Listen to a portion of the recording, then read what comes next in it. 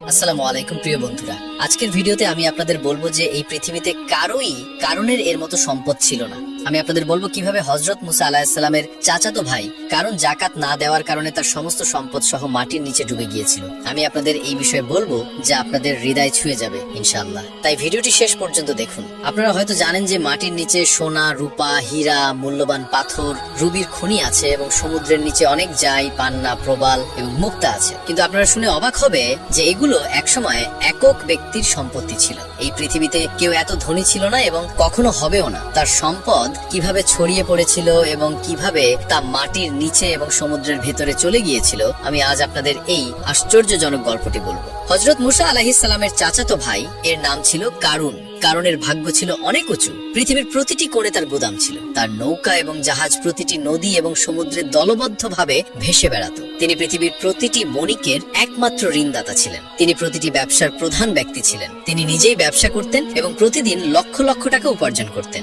হযরত মুসা আলাইহিস সালাম তাকে অনেক ভালোবাসতেন। তিনি তাকে ভালোবাসার সাথে কাদা থেকে সোনা তৈরির দক্ষতা শিখিয়েছিলেন। সর্বত্র এত টাকা আসতো যে তা গণনার বাইরে। টাকার বিনিময়ে তিনি হীরা, মূল্যবান পাথর, মুক্তা, রত্ন, চুন, পান্না, জুঁই সংগ্রহ করতেন এবং লক্ষ লক্ষ সিন্দুক ভরে দিতেন। তিনি সেই সিন্দুকের চাবিগুলো একটি শক্ত সিন্দুকের মধ্যে রাখতেন আর সেই সিন্দুকের চাবিটা তিনি কোমরে দড়ি দিয়ে বেঁধে ঝুলিয়ে রাখতেন। দিন হোক বা রাত তাকে খুব কমই বাইরে দেখা যেত না। তিনি প্রতিদিন চাবি হাতে নিয়ে গুদামে ঘুরে বেড়াতেন। আপনি হয়তো ভাবছেন যে তিনি নিশ্চয়ই এত টাকা এবং সম্পদের প্রতি খুব বেশি আগ্রহী ছিলেন। তিনি নিশ্চয়ই অনেক খরচ করেছেন, কিন্তু না, তার কোনো শখ বা আরামদায়ক জীবন ছিল না। তার ছিল না একটি ছেঁড়া পুরানো নোংরা পাজামা, উপরে একটি কুর্তা এবং পায়ে একজোড়া জীর্ণ চপ্পল। তিনি মাটিতে ছেঁড়া পুরনো মাদুরের উপর শুয়ে রাত কাটাতেন। দিনের খাবার ছিল কয়েকটি শুকনো রুটি, কিছু খেজুর এবং কিছু জল। কথিত আছে যে কয়েকদিন পর তিনি এটিও খাওয়া বন্ধ করে দিয়েছিলেন। তিনি একটি শুকনো রুটি জলে ডুবিয়ে সেই জল পান করতেন এবং রুটিটি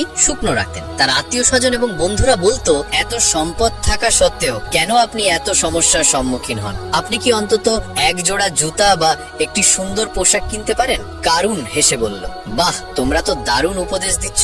আমি কি সমুদ্র থেকে টাকা এনেছি যে তোমরা আমাকে ধনী বলে মজা করছো? এবার ভাবো, যদি আমি এই সামান্য টাকা খরচ করি তাহলে বৃদ্ধ বয়সে ক্ষুধার্ত অবস্থায় আমার বাচ্চাদের খাওয়াবে কে? বলতো, তোমরা আমাকে রাস্তায় ভিক্ষুক বানাবে। তোমরা খুব চালাক হচ্ছ, আমি দেখছি। কারুনের এই কথা শুনে লোকেরা অবাক হয়ে সেখান থেকে চলে যেত। একদিন হযরত মুসা আলাইহিস সালাম কারুনের বাড়িতে পৌঁছে বললেন, কারুন, আল্লাহ তোমাকে এত সম্পদ দিয়েছেন, এর সামান্য অংশ গরিব মিসকিনদের দান করা উচিত।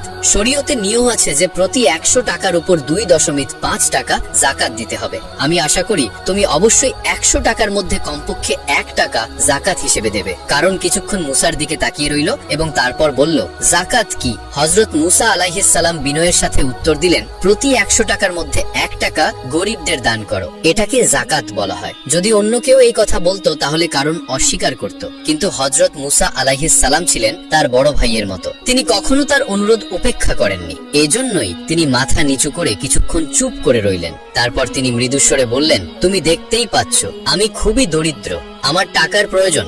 যাকাত দেওয়ার মতো পর্যাপ্ত টাকা আমার কাছে কোথায়? কারুনের কাছ থেকে এই কথা শুনে হযরত মুসা আলাইহিস সালাম বললেন, যার এত সম্পদ আছে সে যদি দরিদ্র হয় তাহলে কাকে ধনী বলা হবে? কারুন উত্তর দিলেন, এত কষ্ট করে ক্ষুধার্ত তৃষ্ণার্ত থেকে আমি এই সামান্য টাকা সঞ্চয় করেছি। যদি আমি এখন দান করি তাহলে বৃদ্ধ বয়সে আমি কি খাবো?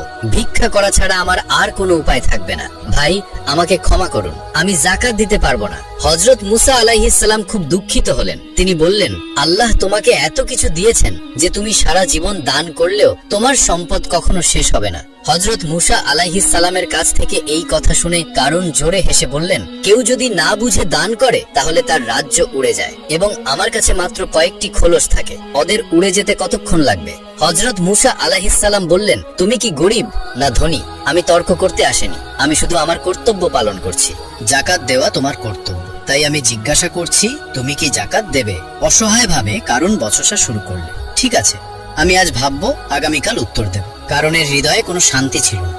সারাদিন সে ক্ষুধার্ত, তৃষ্ণার্থ এবং উদ্বেগে ডুবে রইল।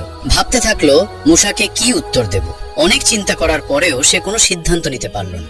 সন্ধ্যা হয়ে গেল, অন্ধকার ঘিরে ফেললো। কারণ একটি বাতি জ্বালিয়ে হিসাব করতে বসলো। 100-এর উপর 1 টাকা, 1000-এর উপর 10 টাকা, 1 লাখের উপর 10 টাকা। এখন তার মন ঘুরতে শুরু করলো।